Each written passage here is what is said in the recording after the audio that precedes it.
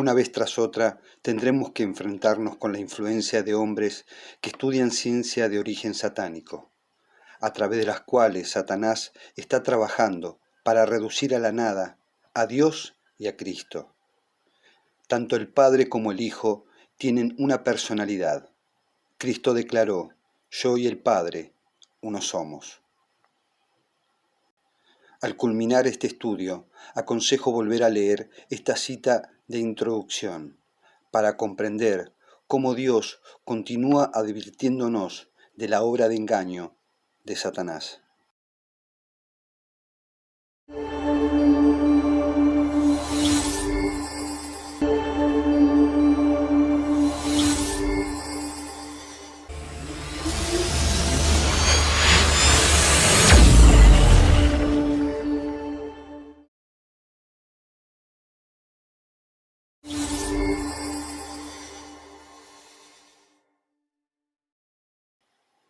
Repaso histórico de cómo la doctrina que hace de Cristo un Dios menor comenzó a difundirse entre adventistas no trinitarios. En este estudio presentaremos qué creen y por qué llegaron a creer esta antigua pero modernizada doctrina, la cual se ha convertido en el fundamento de toda reinterpretación en las creencias de muchos adventistas que abandonaron la falsa doctrina trinitaria. Estos adventistas no trinitarios abandonaron esa doctrina satánica para postular con el tiempo otra igualmente apóstata, convirtiendo a Cristo en un Dios inferior a su Padre, contradiciendo las revelaciones inspiradas y tergiversando las mismas, acomodando toda lectura y razonamiento a su nueva doctrina, para justificar su desprecio por nuestro Dios y Salvador Jesucristo, por el cual fuimos creados y redimidos en unidad con su Padre. La pregunta es: ¿por qué se han desviado no solo de las claras enseñanzas de la Biblia y los testimonios del espíritu de profecía, al punto tal de creer que Cristo es un Dios menor? Esta pregunta tiene, como toda apostasía, varias respuestas, y considero que es tan importante exponer no solo qué creen, sino también por qué lo creen y cómo llegaron a creerlo. Lo primero que debemos saber es que, aunque salieron del adventismo trinitario, nunca salieron de algunas de las doctrinas contradictorias sobre Dios que la Trinidad corrompió sobre todo lo revelado en el adventismo. El adventismo moderno plantea un Dios en tres personas que son un mismo Dios, y confusamente también creen y enseñan que en esa deidad existe un primero, un segundo y un tercero. En ese concepto del Dios triuno, plasmado en las primeras 5 doctrinas del adventismo. Al rechazar la falsa doctrina trinitaria, rechazaron también el concepto de tercero, no así el del primero y segundo. Y a lo largo del tiempo fueron afirmando esa enseñanza de la Iglesia Adventista, que el Padre es el primero y Cristo el segundo, aunque en ningún lugar lo enseña la Biblia ni el espíritu de profecía, ya que ambos afirman que el Padre y su Hijo son uno. Aquí están resumidas las 3 creencias que tienen como único fin intentar demostrar que Cristo, como Hijo de Dios, es menos Dios que su Padre. Veamos cuáles son. Primero, creen que Dios es uno y que ese Dios es solo el Padre. Segundo, creen en un único Dios verdadero, el cual solo es el Padre. Y tercero, creen en Cristo como Hijo de Dios, pero solo como evidencia irrefutable de su posición inferior como Dios ante su Padre. Esta comprensión de Dios se fue desarrollando con el tiempo y los caminos doctrinales que tomaron. Esos caminos, sumado a lo que jamás abandonaron de las doctrinas contradictorias de la Iglesia Adventista sobre Dios, de un primero y un segundo, se resumen en estas 3 creencias que desarrollaremos. Como mencionamos, transcurrió algunos años del alejamiento del adventismo trinitario, de lo cual soy testigo presencial. Muchos de estos adventistas tomaron el camino de negar el espíritu de profecía, al adoptar una reivindicación del judaísmo en sus doctrinas y rituales de adoración. al extremo de creerse ellos judíos literalmente, guardando fiestas abolidas y adoptando costumbres judías en su aspecto exterior, con acciones como dejarse la barba y ungirse con aceite como acciones de fidelidad a la Biblia, ya que se consideraban a sí mismos parte de un grupo selecto de 144.000 sacerdotes levitas modernos. Sin olvidar que también llevaron su locura espiritualista hasta el mismo idioma hebreo, presentándolo como una creencia esencial para la salvación, al punto tal, por ejemplo, de enseñar que llamar a Cristo con el nombre Jesús era llamarlo perro o cerdo, o decir Dios y no Elohim era blasfemar su nombre. Dicha reivindicación generó mucha división en quienes habían abandonado el trinitarismo, y mucho más en este grupo en particular, que por situaciones confusas más ligadas al liderazgo de dicho movimiento que a las doctrinas que compartían, después de algunos años, muchos abandonaron dicha reivindicación judaizante, no sin antes haber hecho un gran mal a Cristo y su Evangelio, el cual, hasta el día de hoy, continúa su influencia en muchos que siguen esas enseñanzas como verdad irrefutable. Pero como dijimos, abandonaron dicha creencia, aunque de una forma no cristiana, para quien dice reconocer su error, sin ninguna declaración pública de reconocimiento de su apostasía para el bien del prójimo al que habían dañado con sus enseñanzas, borrando todo lo posible de los registros en video y estudios que hicieron durante años para argumentar su doctrina judaizante, y comenzaron nuevamente a hacer videos citando el espíritu de profecía, como si nunca hubiesen creído dicha apostasía. Claro que cuando digo que abandonaron dicha creencia, claramente es un decir, ya que decir volver a creer en el espíritu de profecía, actuando como actuaron y enseñando lo que hoy enseñan, es nunca haber abandonado nada. Solo mutaron, adaptando sus antiguas creencias, forzando ahora satánicamente los mensajes inspirados y haciendo una fusión de creencias para enseñar lo que nunca abandonaron. Algunos de estos grupos tienen aspectos fáciles de identificar, porque constantemente están reivindicando ritos y costumbres abolidas que son propias del judaísmo, como por ejemplo, guardan fiestas ceremoniales que señalaban al Redentor del mundo, las cuales fueron cumplidas con el sacrificio de Cristo, y las enseñan como condición de obediencia a la misma altura de los 10 mandamientos. Hacen y enseñan estos razonamientos corrompiendo lo escrito en el espíritu de profecía, para inducir la idea que Elena White creía como ellos, sin olvidar que enseñaron durante los años en el judaísmo que Elena White era falsa profeta de Dios.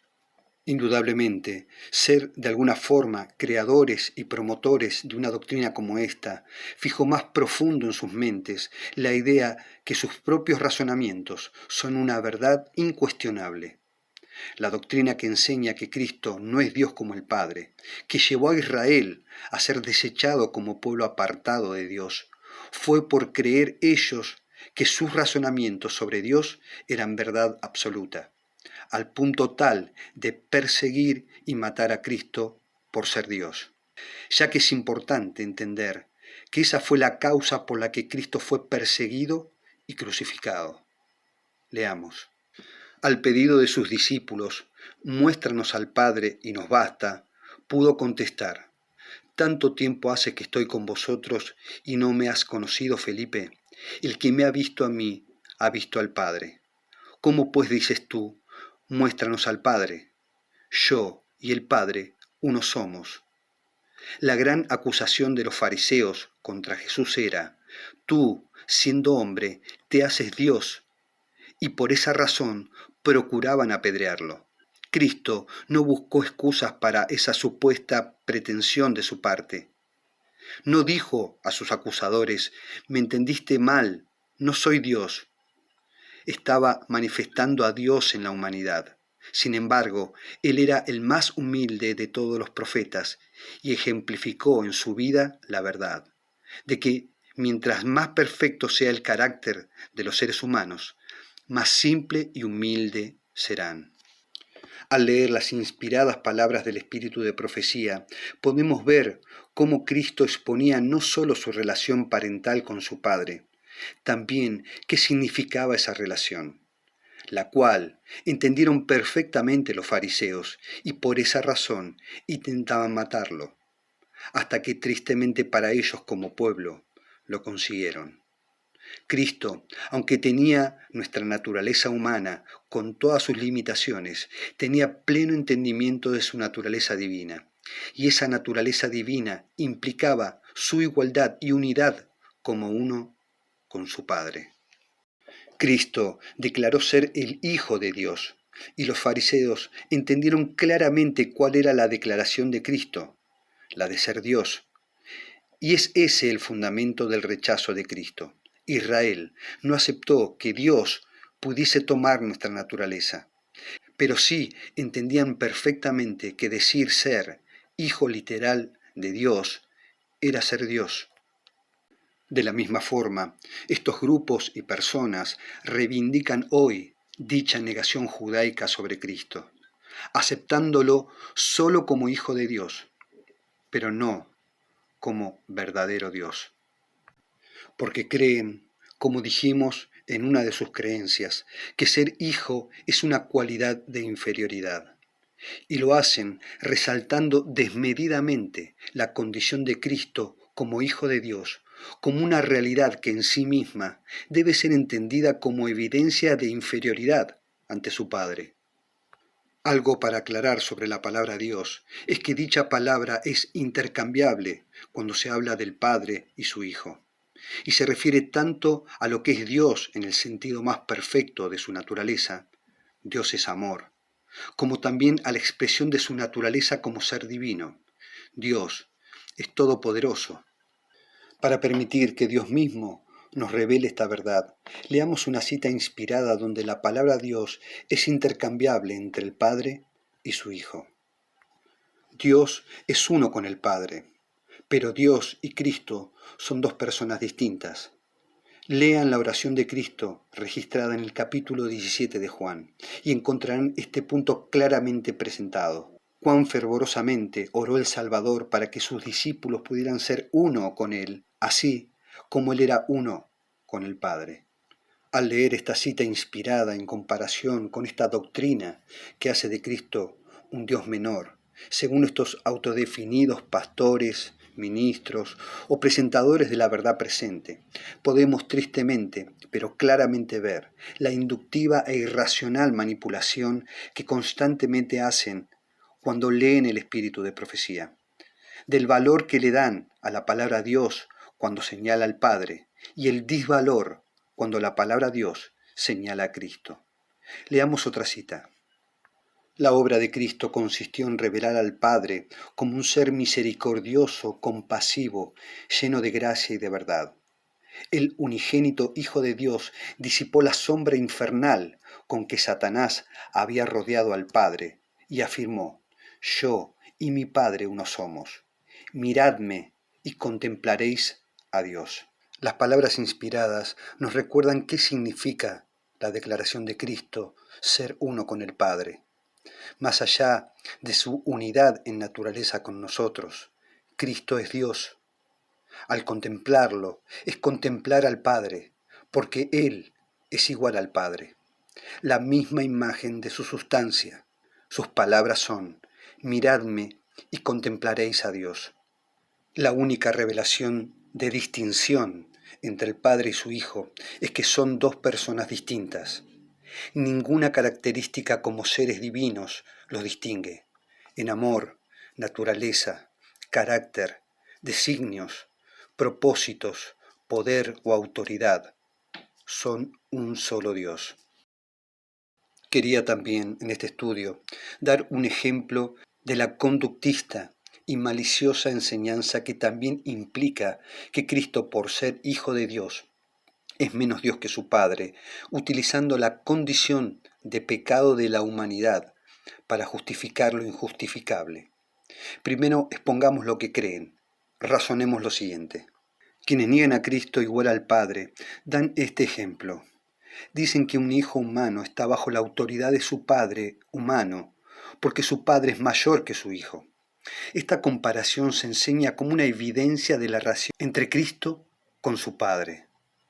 Pero esa sujeción, como dijimos, de un hijo sobre su padre, es por la condición de pecado de la humanidad, no por ser un mandato de Dios dado antes de la caída del hombre. Antes del pecado, todos eran iguales, y después de la caída también lo siguieron siendo. En ningún lugar en las Escrituras se enseña que la condición de padre de alguien lo hace superior a su hijo. El mandato de obediencia fue puesto por la condición pecaminosa del hombre, y la obediencia de un hijo a su padre jamás debía ser causa de opresión del padre. Ambos son hijos de Dios, y ambos, sin distinción de tiempo de nacimiento, debía procurar el respeto y el cuidado mutuo. Otra cosa importante para razonar sobre este ejemplo malicioso, para inducir la creencia que Cristo, por ser hijo, es inferior a su Padre, es entender que todos los hombres nacen con la misma naturaleza, todos son seres humanos, y no existe ningún texto que indique que el hombre, por ser padre, tiene una naturaleza superior a su hijo. Es como razonar irracionalmente que ser padre lo hace a un hombre más humano que su hijo. Este es el principal razonamiento cuando enseñan que el Padre es más Dios que su Hijo. Pero Cristo tiene la misma naturaleza que su Padre. No tiene una naturaleza inferior. Bueno, ese despreciativo argumento enseña que para estas personas existe una naturaleza inferior en Cristo. Otra de las creencias que señalamos para estudiar y razonar es que no existe ningún texto que enseñe que Cristo no es Dios verdadero como su Padre. Todo lo contrario. Existen muchas declaraciones inspiradas que manifiestan que Cristo es Dios igual al Padre y único Dios verdadero como su Padre. Pero el término único Dios verdadero se lo atribuyen solo al Padre, utilizando Juan 17:3, única cita en toda la Biblia que usa ese término, la cual es una oración de Cristo como hombre, obediente y dependiente a su Padre. Esa cita, y perdón el término, es usada como caballo de batalla para justificar su concepto de Cristo inferior. Pero su falta de estudio, o mejor dicho, su incapacidad de enfrentar esta otra cita, hace que jamás hablen de ella, ya que derrumba toda su doctrina blasfema sobre Cristo inferior. La cita a la cual me refiero, y que demuestra que tanto el Padre como su Hijo son único Dios verdadero, es el resultado de lo que Elena White transcribió sobre el pensamiento de los redimidos sobre Cristo. Debemos entender que Elena White jamás hubiera escrito algo de Cristo o sobre Cristo que ella misma no creyera. Leamos la cita. Los redimidos encontrarán y reconocerán a aquellos cuya atención dirigieron al ensalzado Salvador. Qué bendita conversación tendrán con estas almas. Yo era pecador, dirá alguno, sin Dios y sin esperanza en el mundo. Y tú viniste a mí y atrajiste mi atención al precioso Salvador como única esperanza mía. Y creí en Él. Me arrepentí de mis pecados y me hizo sentar con sus santos en los lugares celestiales en Cristo Jesús. Otros dirán, yo era pagano en tierras paganas. Tú dejaste tus amigos y tu cómodo hogar para ir a enseñarme cómo encontrar a Jesús y creer en Él como único Dios verdadero. Destruí mis ídolos y adoré a Dios, y ahora lo veo cara a cara. Estoy salvo, eternamente salvo para contemplar siempre a aquel que me amó. Entonces lo veía únicamente con los ojos de la fe, pero ahora lo veo tal cual es. Puedo expresar ahora mi gratitud por su misericordia redentora, aquel que me amó y lavó mis pecados con su sangre. Depende de nosotros rechazar o aceptar las inspiradas palabras de la mensajera de Dios, quien en forma simple y clara nos enseña que Cristo es tan único Dios verdadero como su Padre. Y además, si creemos realmente que fue inspirada, dejó registrado no solo su propia creencia, sino que los redimidos fueron salvos por creer en Cristo como único Dios verdadero. Nuestro estudio y creencias no debe estar basado en citas específicas, sino en la totalidad de la revelación inspirada sobre un mismo punto. Con esto en mente, permítame mostrar algunas citas más para que las estudiemos y podamos unir revelaciones y entender cómo el término único Dios verdadero se refiere también a Cristo en otros pasajes del relato inspirado.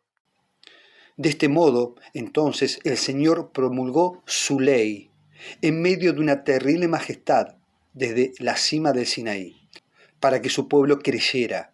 Acompañó la promulgación de la ley con una sublime exhibición de su autoridad, para que supieran que es el único Dios verdadero y viviente. Esta cita nos enseña que el Señor, que promulgó su ley, es el único Dios verdadero. Leamos otra cita. El que pronunció las palabras de la ley y llamó a Moisés al monte para hablarle, era el Señor Jesucristo. Esta otra cita nos confirma que Cristo es ese único Dios verdadero que dio la ley en el Sinaí. Antes de que Él viniera, todo estaba bajo un mismo yugo. Sin embargo, Cristo se encontraba por encima de la ley. Como Él fue el autor de la ley, Él no estaba bajo el yugo de esta. Y los ángeles estaban en obediencia a Cristo.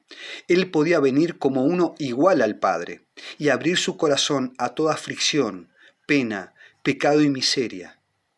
Esta última cita nos aclara que el autor de la ley también es Cristo. Sería interminable subir toda la evidencia que aclara este punto en particular, pero alcanza como advertencia para que entendamos que estudiar las revelaciones inspiradas para manipular la verdad en ellas es obra de Satanás. Yo creo que nuestro Padre es único Dios verdadero, y también creo que Cristo es único Dios verdadero, porque la revelación así lo enseña. Hay mucha hipocresía en estos falsos testigos que se amparan, como los trinitarios, solo en citas que aparentan darles la razón, pero no hacen mención de las incontables citas que expondrían su blasfemia. Este canal ha subido cada uno de los textos que utilizan para inducir la blasfemia que hace de Cristo menos Dios que su Padre. Y se ha presentado evidencia que está a disposición de cualquiera que quiera estudiarla. Para continuar con este estudio, quiero volver al hecho que mencioné de estos grupos y personas individuales al principio. Después de varios años de haber negado el espíritu de profecía, y como si nunca lo hubiesen negado, volvieron a citarlo como palabra inspirada. Lo hicieron continuando la doctrina confusa adventista de primero el Padre y segundo Cristo, su Hijo. Por supuesto, sin la inclusión del falso tercero. Ese alejamiento doctrinal a esa clase de judaísmo no hizo más que fijar en las mentes de estas personas la doctrina de un solo Dios el Padre, minimizando a Cristo a un lugar de inferioridad como Dios. En otras palabras, al volver a decir creer y citar el espíritu de profecía, lo hicieron con una mezcla de la farisea comprensión de Dios y las enseñanzas confusas del adventismo moderno, acomodando toda la lectura inspirada a esa apóstata comprensión de la deidad. Un comentario importante. Cuando comenzaron a citar nuevamente el espíritu de profecía, como mencionamos, con esa mezcla doctrinal en sus mentes, declararon creer en él como palabra inspirada, pero contradictoriamente también manifestaron que no lo consideraban a la misma altura que la Biblia, como si el autor de ambos fuese distinto. Una triste demostración de la división que también hacen de la palabra de Dios. Además, quiero enfatizar cómo estas personas, después de salir de la doctrina trinitaria, llevaron la insistencia de tomar como centro el razonamiento verdadero de que tres no son uno, hasta convertirlo en uno irracional y negacionista de la revelación escrita.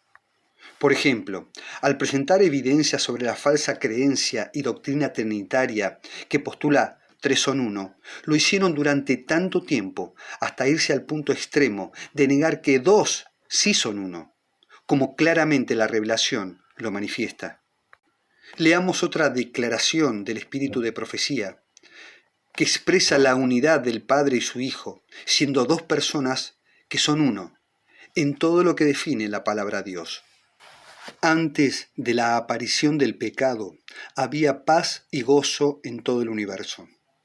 Todo guardaba perfecta armonía con la voluntad del Creador. El amor a Dios estaba por encima de todo, y el amor de unos a otros era imparcial. Cristo, el Verbo, el unigénito de Dios, era uno con el Padre eterno, uno en naturaleza, en carácter y en designios. Era el único ser en todo el universo que podía entrar en todos los consejos y designios de Dios. Fue por intermedio de Cristo, por quien el Padre efectuó la creación de todos los seres celestiales. Por él fueron creadas todas las cosas en los cielos, ora sean tronos o dominios o principados o poderes, y todo el cielo rendía homenaje tanto a Cristo como al Padre. Según el espíritu de profecía, Cristo era igual al Padre antes del surgimiento del pecado, no después como enseñan estas personas, utilizando el mismo argumento de Satanás en su rebelión, quien argumentó que Cristo era un gobernador impuesto por el Padre, negando la igualdad de Cristo con Dios. Como quien ha sido agraviado, se refirió a la preferencia que Dios había manifestado hacia Jesús, postergándolo a él. Les dijo que de allí en adelante, toda la dulce libertad que habían disfrutado los ángeles llegaría a su fin. ¿Acaso no se le había puesto un gobernador a quien de allí en adelante debían tributar honor servil? Les declaró que él los había congregado para asegurarles que no soportaría más esa invasión de sus derechos y los de ellos. Estas personas enseñan que Cristo no era igual al Padre hasta que el Padre ordenó que lo fuese en el concilio en el cielo, el cual se encuentra registrado en el libro Historia de la Redención, capítulo 1. Sin embargo, la revelación inspirada nos da información del porqué de esa declaración, ya que Cristo era igual al Padre, como acabamos de leer, antes de la rebelión de Satanás. Leamos esta cita que aclara por qué el Padre dio la orden que su Hijo fuese igual a él. No se había efectuado cambio alguno en la posición o en la autoridad de Cristo. La envidia de Lucifer, sus tergiversaciones y pretensiones de igualdad con Cristo habían hecho absolutamente necesaria una declaración categórica acerca de la verdadera posición que ocupaba el Hijo de Dios. Pero esta había sido la misma desde el principio. Sin embargo, las argucias de Lucifer confundieron a muchos ángeles. No solo confundió a los ángeles en el cielo, continúa esa blasfemia en nuestros días. Tan grande es su odio hacia nuestro Salvador, que constantemente está buscando nuevas formas de tergiversar las revelaciones inspiradas para minimizar la igualdad de Cristo con su Padre. Al no poder lograr ser aceptado como Dios, ya que el único que es Dios como el Padre es Cristo, utiliza a sus hijos para enseñar que Cristo es inferior al Padre y difundir esa mentira como una injusticia sobre él. El Hijo de Dios ocupa una posición más exaltada que él. Era igual al Padre en poder y autoridad. Él compartía los designios del Padre, mientras que Lucifer no participaba en los concilios de Dios. ¿Por qué, se preguntaba el poderoso ángel, debe Cristo tener la supremacía? ¿Por qué se le honra más que a mí? La apostasía de este ser creado se transmite hoy por sus hijos que tampoco reconocen la igualdad de Cristo con su Padre. Para ir finalizando este estudio, quería presentar una cita sobre lo que Dios inspiró a su mensajera a escribir, sobre las aseveraciones de Cristo de tener iguales derechos que su Padre. Jesús aseveró tener derechos iguales a los de Dios, mientras hacía una obra igualmente sagrada, del mismo carácter que aquella en la cual se ocupa el Padre en los cielos. Pero esto airó aún más a los fariseos.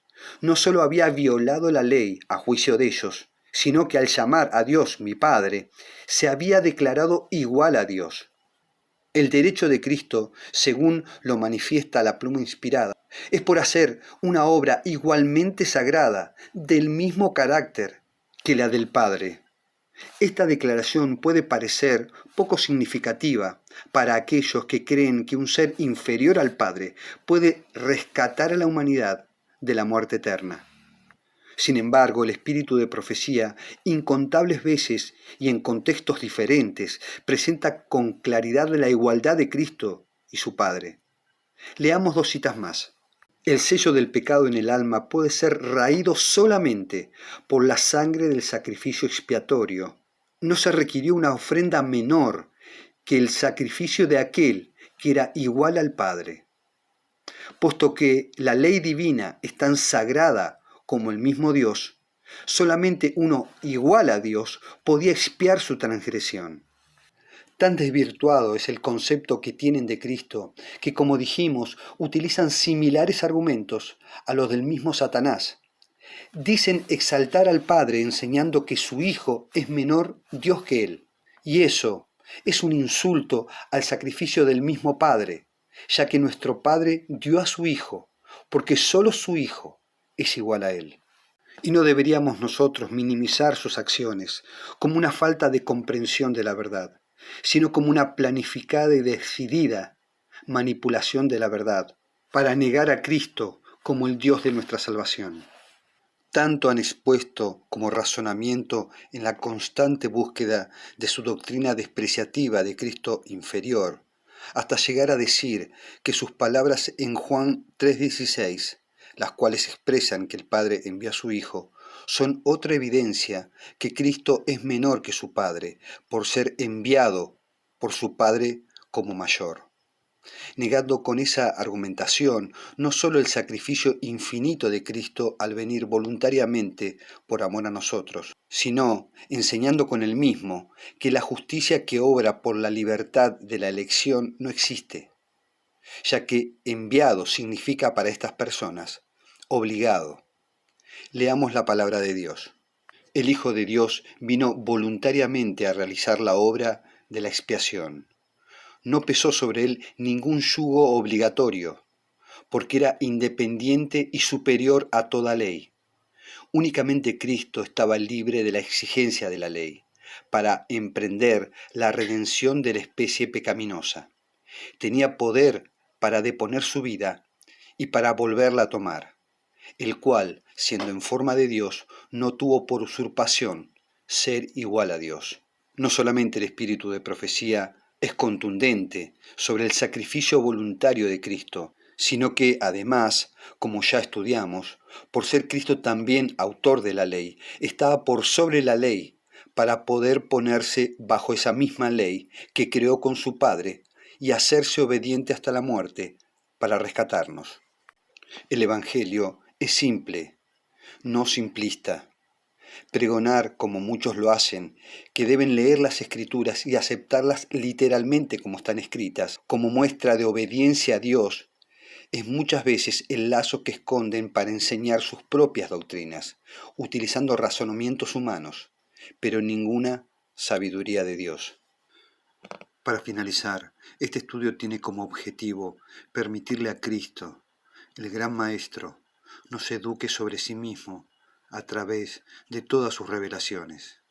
Espero tengan presente el peligro de aceptar cualquier razonamiento que, como estudiamos, contradiga las claras enseñanzas de la palabra inspirada. Me despido de ustedes con una última advertencia del espíritu de profecía. Innumerables son las doctrinas erróneas y las ideas fantásticas que imperan en el seno de la Iglesia de la cristiandad. Es imposible calcular los resultados deplorables que acarrean la eliminación de una sola verdad de la palabra de Dios. Pocos son los que, habiéndose aventurado a hacer cosa semejante, se contentan con rechazar lisa y llanamente una sencilla verdad. Los más siguen rechazando uno tras otro los principios de la verdad, hasta que se convierten en verdaderos incrédulos.